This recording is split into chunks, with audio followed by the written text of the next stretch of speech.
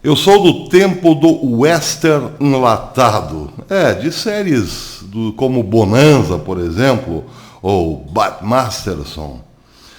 Séries em que normalmente se viam aquelas típicas cenas em que o ladrão de gado ou o ladrão de cavalos era preso e alguém ia logo informar ao dono da fazenda, ao dono mais prejudicado das fazendas da região.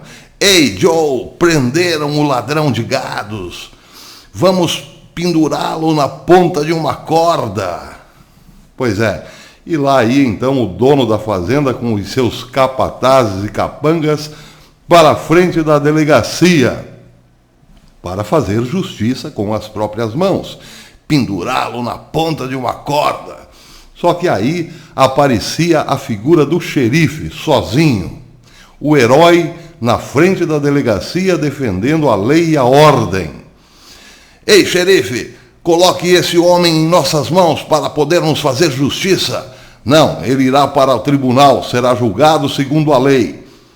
Isso, o xerife sozinho no meio de um bando, com um revolvinho na mão. E aí o povo dizia mais ou menos o seguinte, as vítimas, os prejudicados: xerife, se não sair da frente, teremos que passar por cima de você. Pode ser, vocês podem passar por cima de mim, sou sozinho e vocês são muitos. Mas o primeiro a atravessar essa linha levará chumbo. Quem quer arriscar? E aí um olhava para o outro para um e iam todos embora para o salão, tomar um trago e jogar pôquer. Pois é, isso via de regra era o que acontecia nos saudosos westerns enlatados dos anos 60. Mas não é uma ficção, é exatamente o que acontece. Vejam o caso da China, por exemplo. A China, o povo chinês, é esmagado por uma estrutura poderosíssima, chamada Partido Comunista Chinês, ou pelo Exército da Libertação, o Exército Comunista, que é a força das armas do Partido Comunista. Parece muita coisa dizendo o poderoso exército chinês. Mas o que é o poderoso exército chinês diante de talvez a maior população da Terra? Talvez não, é a maior população da Terra. Não é nada, é uma gota no oceano.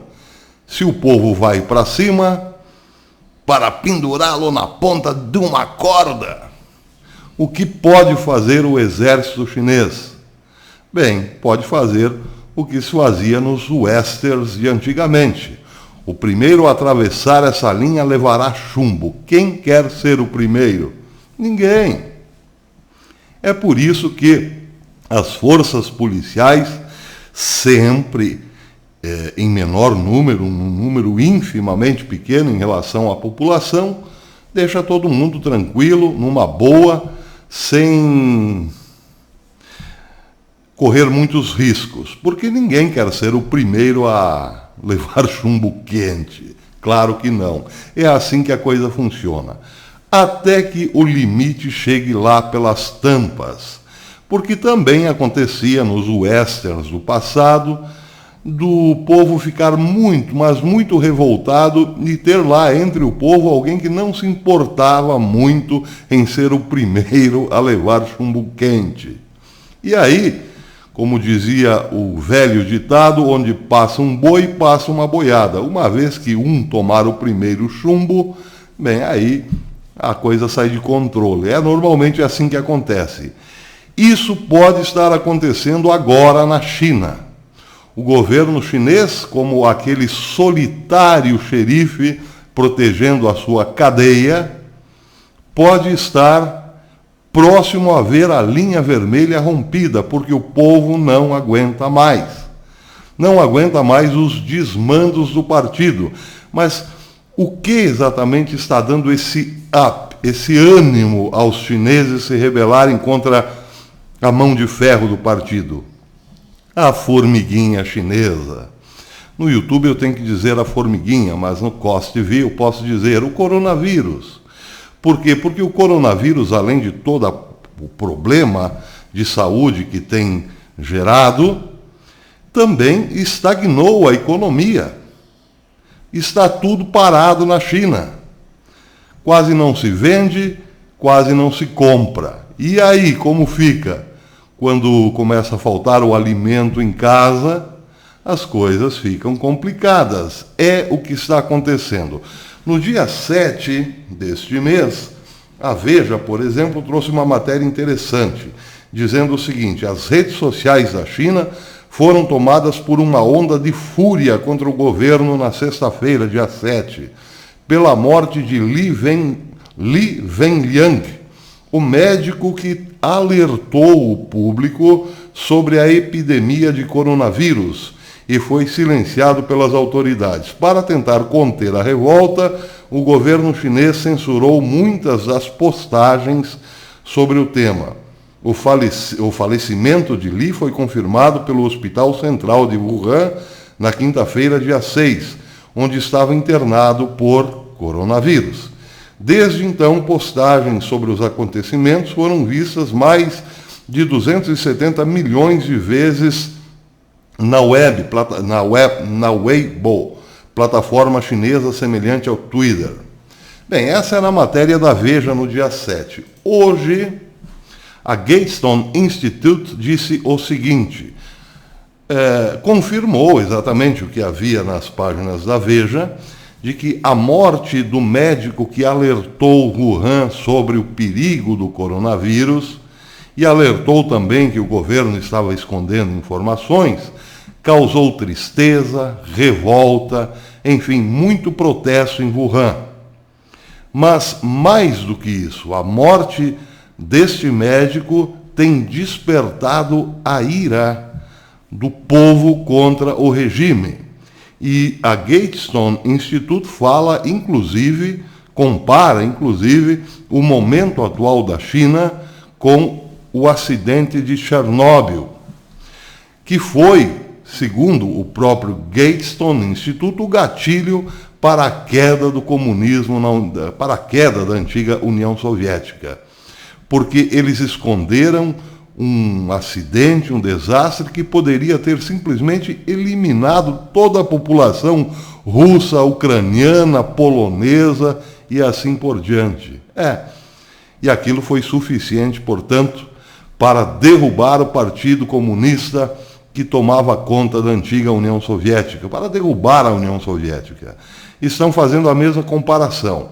O problema da formiguinha lá da China é tão grave, que pode ser o novo Chernobyl do Partido Comunista Chinês.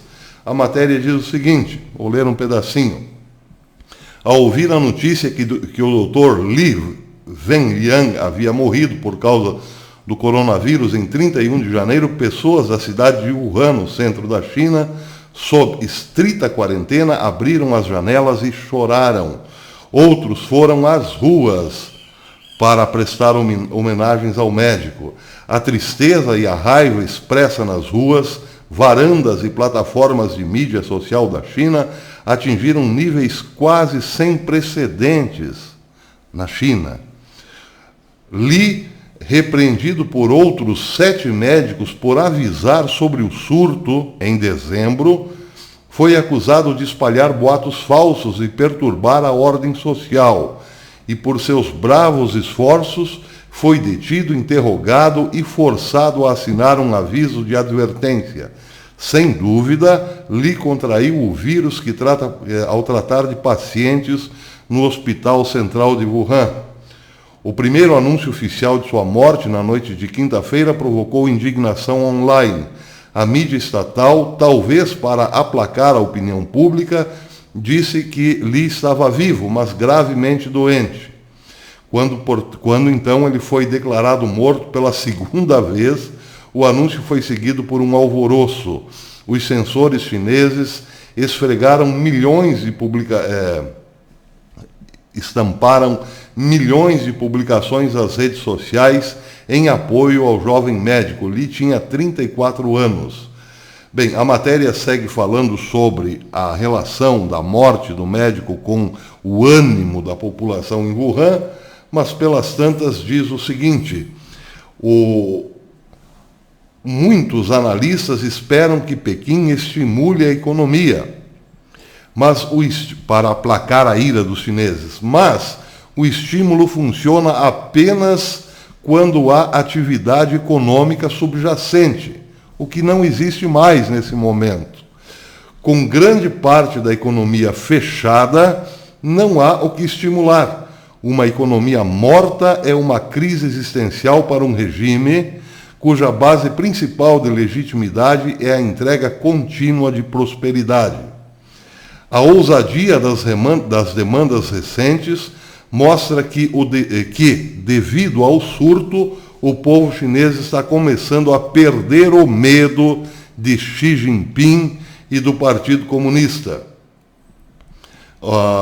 Os propagandistas chineses estão dizendo que o partido enfrentará essa crise, mas o partido conseguirá. Os propagandistas, quer dizer, os agentes do próprio partido, infiltrados, na China não é o caso de infiltrados, as agências de notícia estão dizendo que o partido enfrentará essa crise, passará por cima dessa crise. Mas, diz o Gatestone, quando as pessoas não têm mais medo, tudo pode acontecer, inclusive a derrocada do comunismo na China.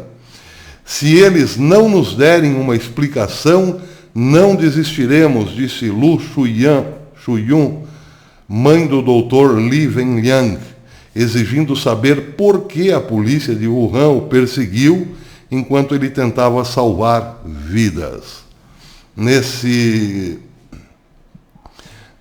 Nesta clave, a mãe do doutor a matéria aqui é complicada de traduzir. A mãe do doutor representa o sentimento hoje de todo chinês, principalmente de Wuhan. Afinal, ela tem cerca de 1,4 bilhão de pessoas que pensam e sentem a mesma raiva que ela. Ela tem 1,4 bilhão de pessoas ao seu lado. Pois é, voltando aos velhos enlatados western, o xerife está mais sozinho do que nunca, e do lado das vítimas o coro só aumenta. Vamos pendurá-lo na ponta de uma corda, Joe. O lado bom, quem sabe, da formiguinha.